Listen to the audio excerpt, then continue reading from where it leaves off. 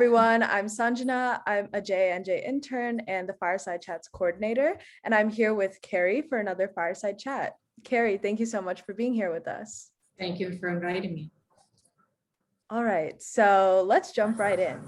Tell us about your educational and professional backgrounds and the path that you took to get to where you are today.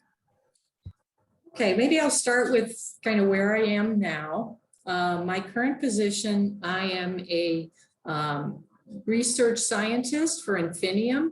And Infineum is an additives company. We make additives that go into vehicle lubricants, so like engine oils, transmission fluids, and then we also work on fuel additives. So I specifically work in the transmission fluid region. My title is lead technologist. And as I said, that's kind of like a research and development scientist. So I'm really interested in understanding how our chemistry, how our additives work, and how we can put them together to make fluids that work for specific vehicles and meet all the automakers' requirements. And a big part of my job is really not so much just putting them together, but understanding how they work. So I get to do a lot of really pretty interesting fundamental science to kind of understand how all these things interact. But then in the long run, how do we get to better formulations? So right now, our current big challenge is to understand how we can develop fluids around electrified vehicles. So that's a whole big new area for us. So like battery electric and hybridized vehicles, and what can our formulations do in that space? So it's always a new challenge. So my background is in chemistry. I did my undergraduate work at a small college in Ohio called Wittenberg University. I did a double major in chemistry and physics. And after completing my bachelor's degree, I wanted to keep going. I was very focused on science, and so I wanted to go to graduate school. So I went to University of California at Berkeley. And at that point, my focus became physical chemistry, which is kind of the borderline between chemistry and physics. I spent 6 years in graduate school, and I have to say that research was pretty far removed from what I'm doing now as a scientist. But what I learned in graduate school was really how to be a scientist, how to do research. So regardless of like the specifics of that research, it prepared me to basically do research in a variety of areas. So when I first got in this field, like I said, this is about transmission fluids. I didn't even know transmissions had fluids. So I was starting from, zero. But I've actually spent the last 16 years kind of focused on this research. And so now I'm really more of a deep expert in this field.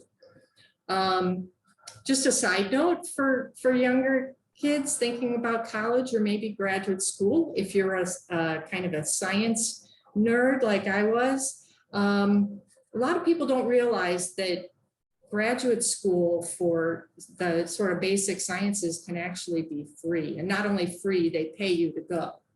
So, if you're thinking, wow, my folks are going to be spending a lot of money on college, I don't even want to think about graduate school. Graduate school can actually be free. You can actually, make money. But that really only applies to kind of the basic sciences like chemistry, physics, math, engineering, the PhD programs. It does not apply to things like medical school, dental, that, the medicine related ones. Those are actually quite expensive. So once I was out of graduate school, I kind of took the alternate path, and actually I had met my husband in grad school. And so we had decided to start a family at that point. So I actually finished my degree and then put off starting my career for 9 years while I raised my family. We have 3 kids. And looking back on that, I think I was kind of cavalier about doing that, thinking I could just jump in at any point, but it was probably a little risky from a career standpoint. to take that big a break, but it all worked out just fine. So 9 years later, I was very fortunate to find a research scientist role at ExxonMobil Research and Engineering here in New Jersey in Clinton. And there was actually a part-time role, which worked out perfectly because my kids were still kind of young. And that was a beautiful way to sort of re-enter the workforce.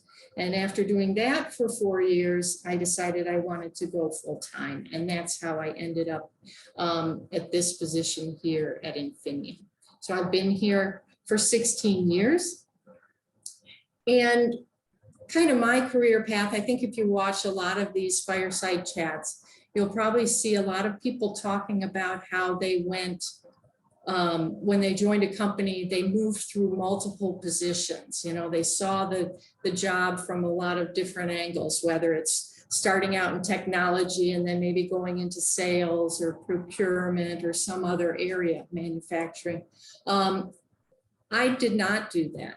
I took the other path where I have been basically in this one single area for 16 years. But again, my background, I really was always very science driven. And so for me, that's brought me to a point now where I'm considered a technical expert in a variety of areas. And I get to serve as kind of a consultant to a bunch of different projects, whether it's within our group or even in other groups.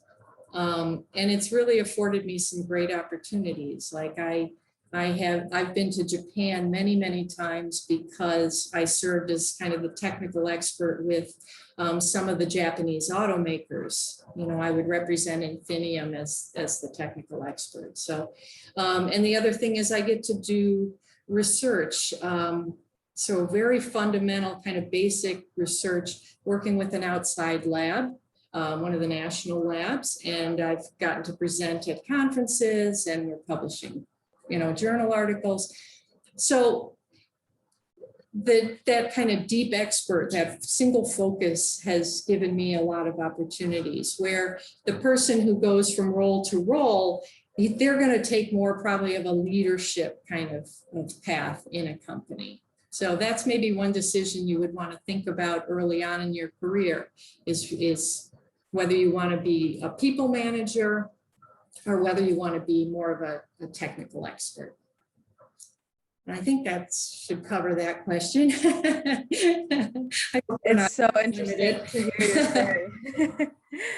No, that was an awesome answer. And I'm really happy to hear that you found like one area that you really like and are passionate about, and you were able to sort of build yourself within that one area. I think maybe a lot of students listening can also relate to that, you know, kind of having one particular interest instead of like multiple, but really honing their skills and making it work for them. So that's great.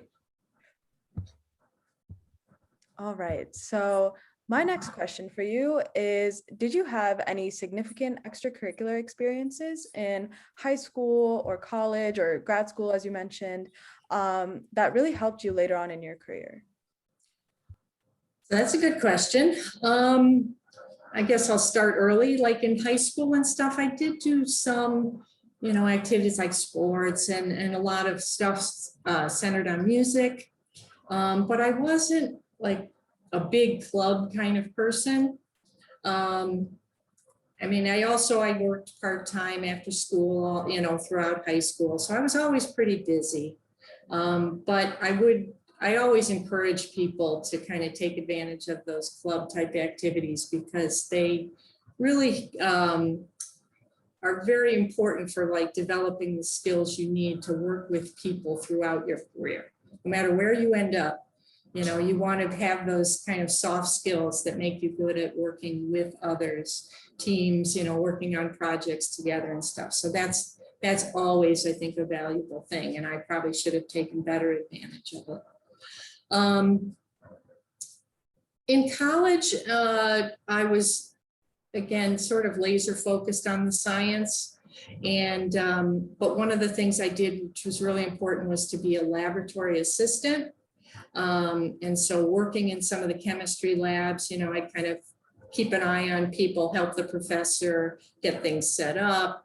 And that was good from, for me in terms of, again, working with people, but it also kind of made me think I wanted to go into an academic career, to maybe someday be a teacher.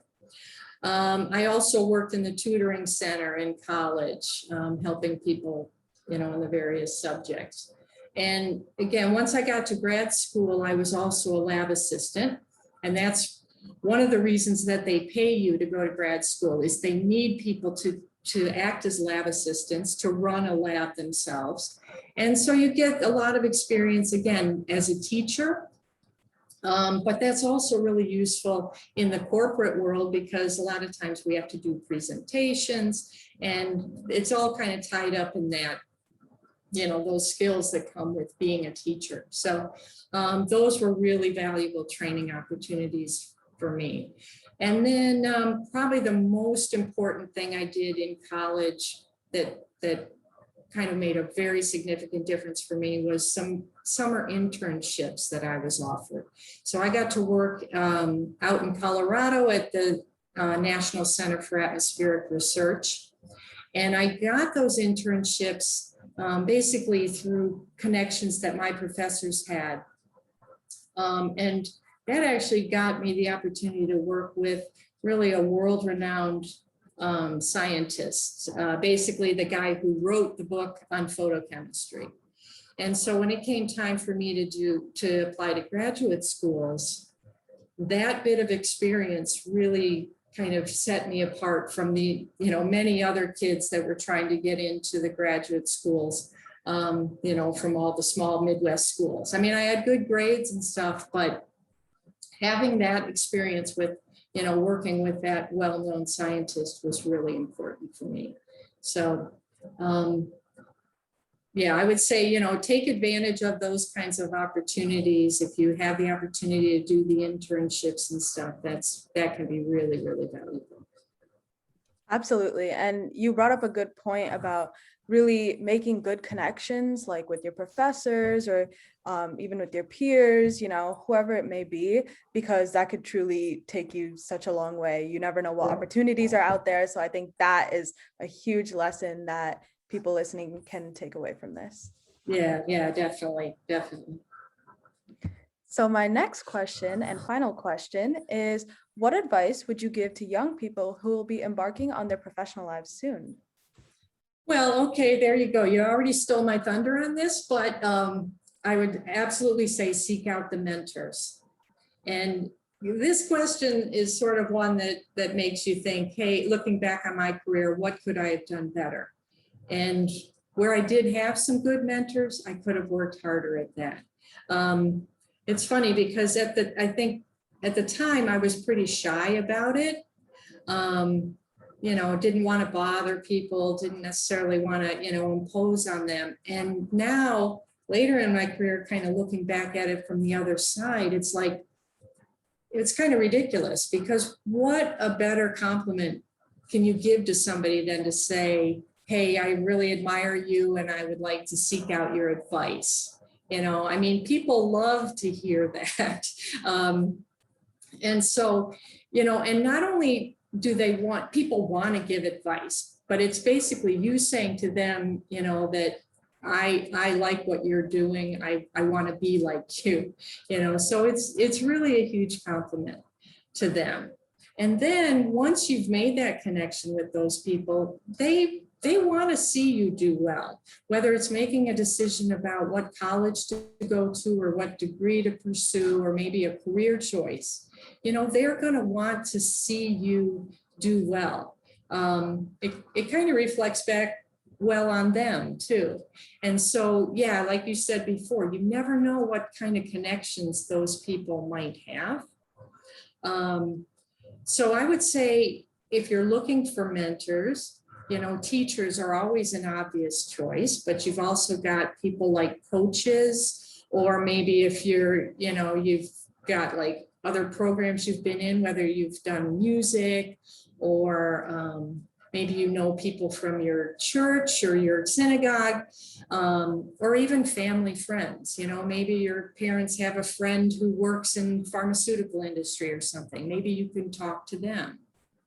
But yeah, these people can get you, you know, sort of have the connections that can really be life-changing for you. And again, I really truly think that that opportunity to work with that scientist was a huge life changer for me. You know, and I might not have appreciated or kind of, yeah, appreciated how valuable it was at the time. But now looking back, it's like, yeah, that was a really important turning point for me. So that would be my number one advice: seek out the mentors. I totally agree with you on that. And sorry to steal your thunder on it, but that That's was fine. awesome. And I'm sure everyone listening will get so much value out of this session. So thank you so much again for being here and sharing your advice and thoughts. Yeah, thank you very much for having me, and good luck to everybody. All right.